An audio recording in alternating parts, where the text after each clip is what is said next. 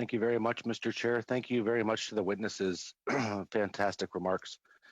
I'm gonna have both of my questions, and if I get to three, that's great. But if I have two specifically, and the reason I want that is I would like both witnesses, please, to respond.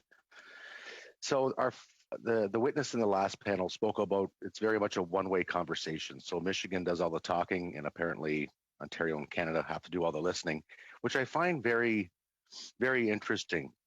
That it's not more of a bilateral approach to this. As we all know, both economies rely so strongly on each other.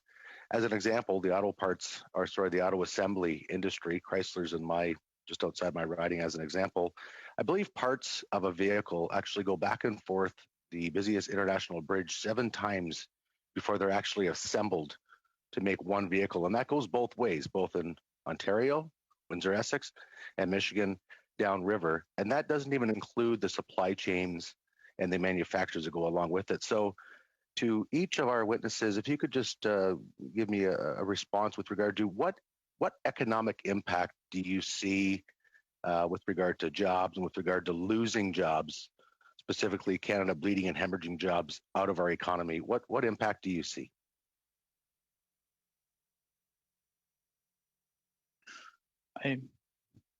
Thank you so much for the question. I'm happy to jump in first, unless Ms. Greenwood would like to respond. Okay. I think the way that this would sort of play out is that there would be sort of both an immediate impact and a longer term impact. And the immediate impact comes down to the fact that at the moment, we only have 14 refineries in Canada that are capable of making gasoline. And altogether, 5 of those are impacted either within Line 5 or Line 9 within Quebec. And so in that initial period where you've lost all that capacity from Line 5, you need to sort of, it's displaced, you're going to see costs increase for those refiners. You're going to see a lot of contingency plans and potential shortages and disruptions, and all those things will disrupt the labor forces involved within that sphere of activity directly, and probably have upstream impacts as well. I think eventually, if we were in that sort of dire state situation, a new supply chain would stabilize, but then you're going to see knock-on effects, and you're going to find that the costs for fuel have gone up, the cost for jet fuel is up, the cost for heating homes in most of Quebec have all gone up, and all those things are going to have these knock-on impacts. And so it's sort of an initial disruption followed by what can maybe be called kind of a slow bleed. And I think the other thing that I'd really want to put in context is, in some respects, we are, as we're engaging in these policies to decarbonize and to move forward, that has actually already put a lot of pressures on a lot of these different segments. And just for instance, our refiners right now are in kind of the world where they'd have to deal with massive disruption, while they're also trying to they're going to start to plan to make significant upgrades to comply with the clean fuel standard. And so you're going to see a lot of capital that's required for all those steps. And so if you take away that energy security at a critical moment, you're going to find that it does carry impacts. And then you'll find those impacts also go throughout the entire value chain that Line 5 and Line 9 ultimately produce. And so that will be a long-term impact. Thank you, Mr. Henry. Madam Greenwood? Well, the important thing to think about, I think, is that this project is not, the story isn't over yet, right? So it's difficult to say, sort of for me, to say the overall job impact, because we don't quite know yet what will occur. In the long run, a transition to a low carbon economy is something that can create a lot of jobs. And, whether you think about the transition to electric vehicles, to battery recycling, to all sorts of things like that, do have an economic impact that is good for the environment and also positive from a jobs point of view. And that's the needle that I think policymakers in Canada, the United States, around the world are trying to thread. The challenge with this is that if it were to just stop instantly, the impact would be pretty dramatic.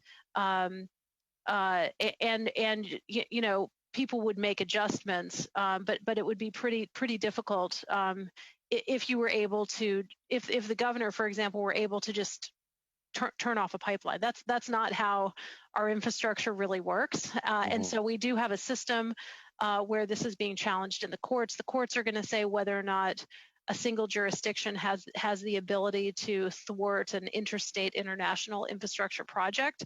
Thank you, Mrs. Greenwood. Thank you. I do have one more question. Mr. Sure. Chair, how much time left, please? You have 1 minute. Thank you very much, Mr. Chair. I'm sorry to cut you off, Ms. Greenwood. Very important point now. So our last presenter spoke of, and I believe you did as well, 54,000 barrels would have to go by rail car, ship, and or truck. The last presenter, witness I should say, I'm sorry, mentioned upwards of 15,000 trucks a day. I think Mr. Green, you had, or Mr. Henry, sorry, you had mentioned some 2,000. One more truck on the busiest international bridge is not only going to interrupt production. Appel au règlement, Monsieur le Point of order, please. There hasn't been any interpretation for at least 1 or 2 minutes at this point.